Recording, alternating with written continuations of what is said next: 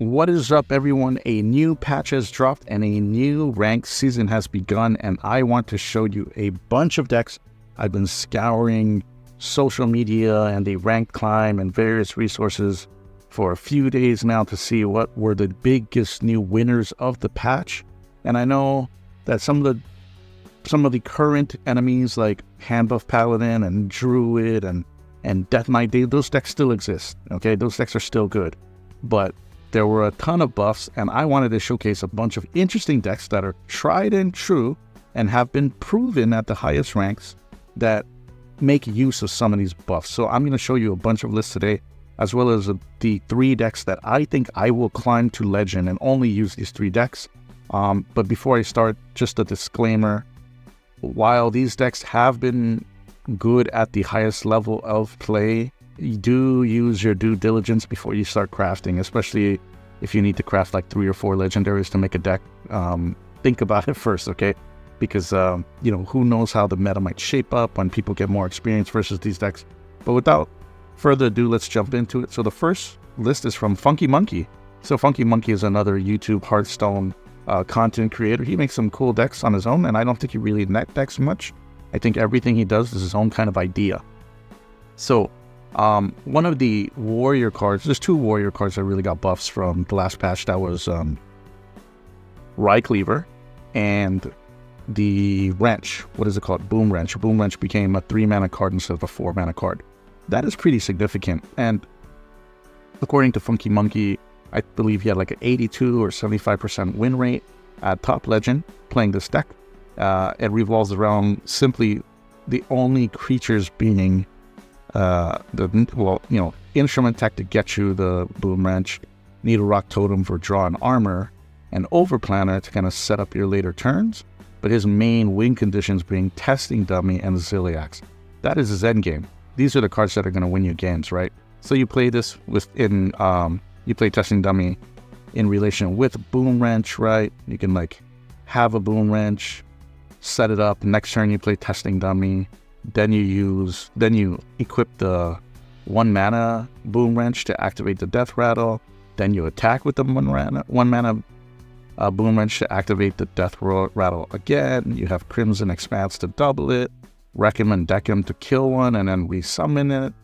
There's all these kind of recursion here, and basically this deck just wants to cheat out these big cost minions, right? So you have, where is that card? Part Scrapper. So you lose up to 5 armor for the mech to cost that much less, and you have just ways to guarantee to draw on Quality Assurance. This is actually an old deck, right? It was a pretty old deck that was kind of missing some of the key. It was missing some speed, and I guess for Funky Monkey, the Boom Wrench can get him there. In my testing, I have done very, very horribly with this deck, but I think I'm being a little too aggressive with the lines of play, but it may work for you. As always, if you want to try one of these decks, you can find the deck code in the description. Next up is Iaotheb Hunter. This is the #1. Iaotheb is a Japanese player. It's supposed to be Lotheb, but his Twitter handle is actually Iaotheb. So he hit rank 1 Asia with this list, except for 1 card difference. We'll talk about it. But this revolves around the recently buffed Hunter card, Mystery Egg. So Mystery Egg has become cheaper, 4 mana. And this allows him better synergy and easier combo turns. So, cool thing about this deck, a number of cool things. There are all these creature buffs, right? Always a bigger Jawmonger. This is a win condition with your Hollow Hound, right? Because you want to deal that extra lethal trample damage, if you can call it that. You got Absorbent Parasite to make quick use of your Mystery Eggs or your 1/1 miniatures. You have Bestial Madness, just buff everything that you have. And you have Titan Forge Traps. Pretty interesting Yelling Yodeler to double up on Mystery Egg targets. Because what happens if you play Mystery Egg and you play Yodeler on it, that means you're going to get 2 Hollow Hounds that are not the first Hollow Hound, right? So, having 2 Hollow Hounds is great. Having 4 or 5 or 6 is even better, right? So this is how this deck kind of works. You just, it's a war of attrition, and you just want to run your opponent out of resources, or you want to save up for a big turn where you play always a bigger Jarmongar and maybe Absorbent Parasite onto a discounted Hala Hound to find lethal. It is pretty cool. There is one card difference here. I play Flip Firearm, but that's because I do not have this Hunter card. What do you call it? Where is that guy? Oh, not Hunter card. Mukla. Anyway, you know what I'm talking about, right, guys? Mukla. Where is he? Why can't I find him? Mr. Mukla. Yeah, so I don't have that card. I don't feel the necessity to craft it. I actually don't really like this deck per se. It's not my play style, but it may be yours. This is rank 1 legend in Asia. So give that a try if you like that play. It is pretty cool, right? Because, like, you know, a king plush that costs 5 is pretty awesome, right? So, like, if you get a king plush down to 5 or whatnot, this deck can be pretty good, right? So that's that list. Next up, we have Pace Rogue, and no one is talking about this, and the only reason this, by the way, doesn't play any of the new cards that were buffed, but the reason why I want to showcase it is because it plays a card that I think is underestimated, and it's not getting enough exposure, and it's actually a really, really great card. And that card is Swarthy Swordshiner. 3-mana Battlecry, set the attack and durability of your weapon to 3. So basically, the idea here with this deck is you want to hard mulligan for Sword Finder, dig for treasure, and quick pick. Because ideally, your turn is like turn 1, dig for treasure, and then you end up getting like your air guitarist or the Sword Finder. Turn 2, you equip the quick pick or you just hero power, and then you swing. And then turn 3, you play Swarthy Sword Finder, buffing your weapon to 3, and, you know, maybe you have a prep or whatever to get that weapon stronger. If not, you just wait till your subsequent turn 4 or whatnot to make your weapon much bigger. Deadly Poisons, Air Guitarist to give it another durability, more attack, Valyr's Gifts, etc., etc. You just keep buffing the weapon and attacking for the face. So, Pace, this came from a really good Naga Demon Hunter player named Pace. He was rank 1 North America a few seasons ago playing Naga Demon Hunter. And this is his little concoction here. And he says this deck gets some wins around turn 6, turn 7. So give that a try. I tried it, and it is pretty fun. It reminds me a lot of like Kingsbane Rogue without the lifesteal. But the cool thing about it really is like you're just swinging this huge weapon, like 8 to 12 damage worth of stats on that weapon like every turn, right? I will say, like, there are issues. I think taunts, you know, can pose a problem for it. You're not running like sap or like, you know, like a way to remove a taunt easily, so that can be kind of detrimental. But the deck is pretty good. I would say, like, if you are good at the game, like really good, this is a deck to play. To be fair, like, I wouldn't consider myself like, you know, a top legend player. I wouldn't consider myself top 500 or maybe not even top 1,000. But I think if you're around there, maybe even up to like top 4,000 or something, try to give this deck a play. I think if you're at my level, which is probably a little bit below that, you know, maybe think about it before crafting it, because you really need to know when to trade on the board or when to buff the weapon, which buff to use on the weapon, when to save it. Like, it's pretty tricky. The lines of play, I would say, are pretty tricky. But it is a good deck. It's very cool, very fast.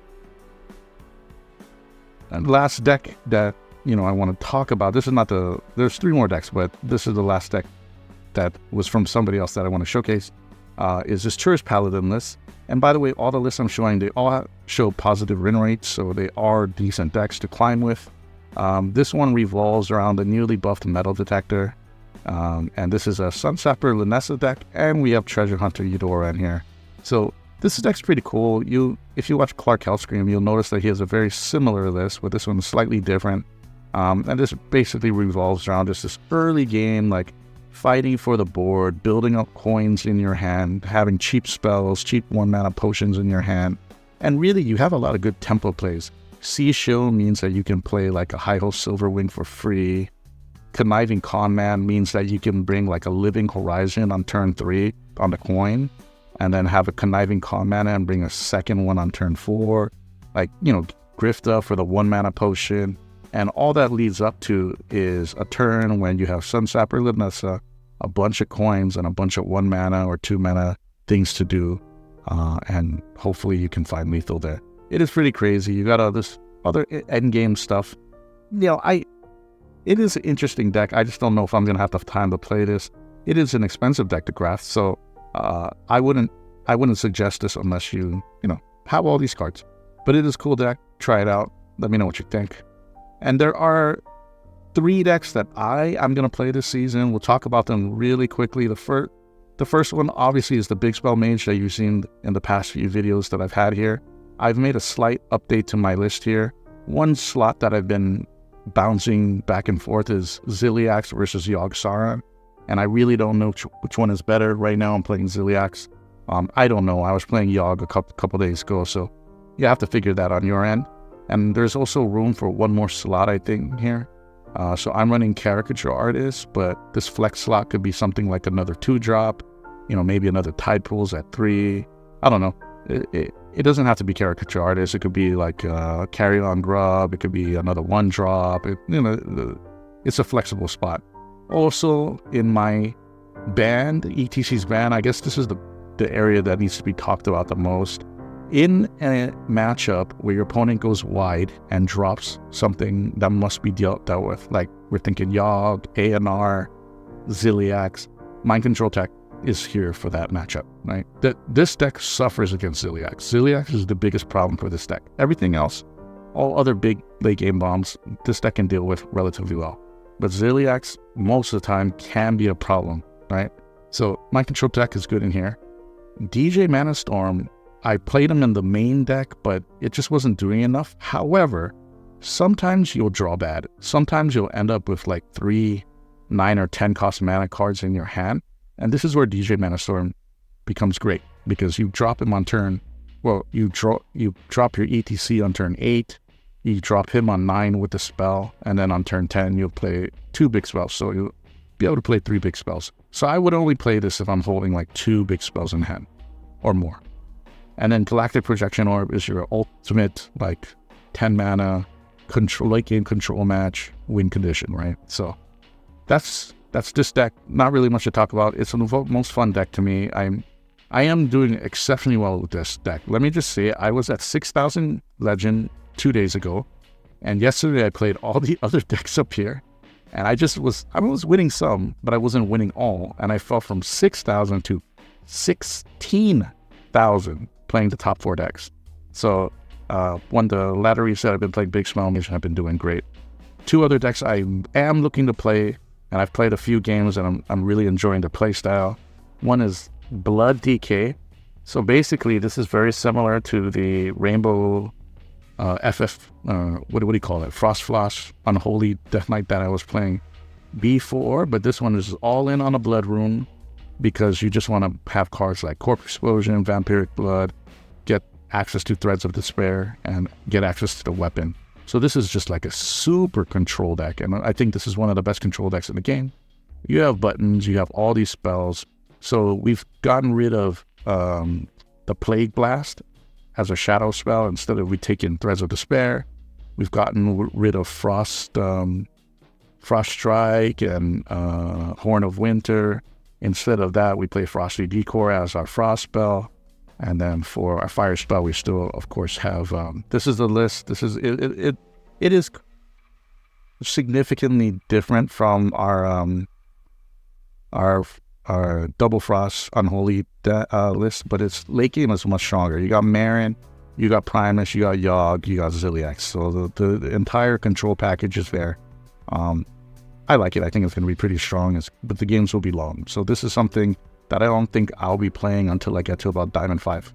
And the reason why I do like this is because one of the quests for the that ongoing seasonal promotion is playing Marin the Manager's Treasures. So here's a deck with Marin in it. And lastly, but not least, if you are a fan of the newly buffed Treasure Hunter Eudora or Maestra the Mask Merchant, then why not play Hess, right? And there's like Thief Rogue. There are very different versions of Thief Rogue. But I don't, with a deck like this, I think there's like, this signature is pretty nice. This signature is pretty nice. this signature is awesome. I was like, let's just play the deck that has the most signatures. So we're playing double Wishing Well. You know, we're going to have Flint in here. We'll have a Shadow Step. We'll have Prep. And then this is just basically Wishing Well Rogue. And that's pretty cool. I would say this deck is actually pretty strong. But the problem with this deck is it really revolves around hitting Wishing Well on 5. So I would actually suggest hard mulliganing for Wishing Well. Because all the other cards in your deck are relatively cheap, right? So you throw everything back to hopefully get this early, because playing this on 5 and playing 2 or 3 coins, that's the game plan. And you'll win or lose based off of that. So though that is it, those are the decks that I'm playing. Once again, like here's the 4 decks in the top that a lot of people are playing and trying to work out. You know, I don't like them. But they are good. Like, you know, obviously Funky Monkey won 75%. Iaotheb was the best deck in Asia. You know, this guy, if this guy says it's good, if Pace says a deck is good, then it's good. And then this Tourist Paladin list, like I said, you know, maybe I will give it a try later, but I'm just not really ready to kind of learn that deck right now. I'm around these 3 decks: Big Spell Mage, Wishing Rogue, and Blood Death Knight. But thank you for watching this video. I hope that was informative. I hope this inspires you in some way to try out new decks. I really wanted to get a Hunter deck running Rye Cleaver, like some of the Warrior cards working, but I just could not figure it out. Like, I couldn't really figure out what to do there. I will keep thinking. If there are ideas that you guys are doing that are working well for you, let me know. And, you know, if you are just returning to the game, or maybe you took a month off or whatnot, and you don't know what to build, just play what you had previously. Like, things like Handbuff Paladin, Dragon Druid, these decks still exist. You know, Pirate Demon Hunter, Pirate Shaman. These decks still exist. They can still exist in this meta. This meta is wide open. So enjoy your clan, good luck, and have fun.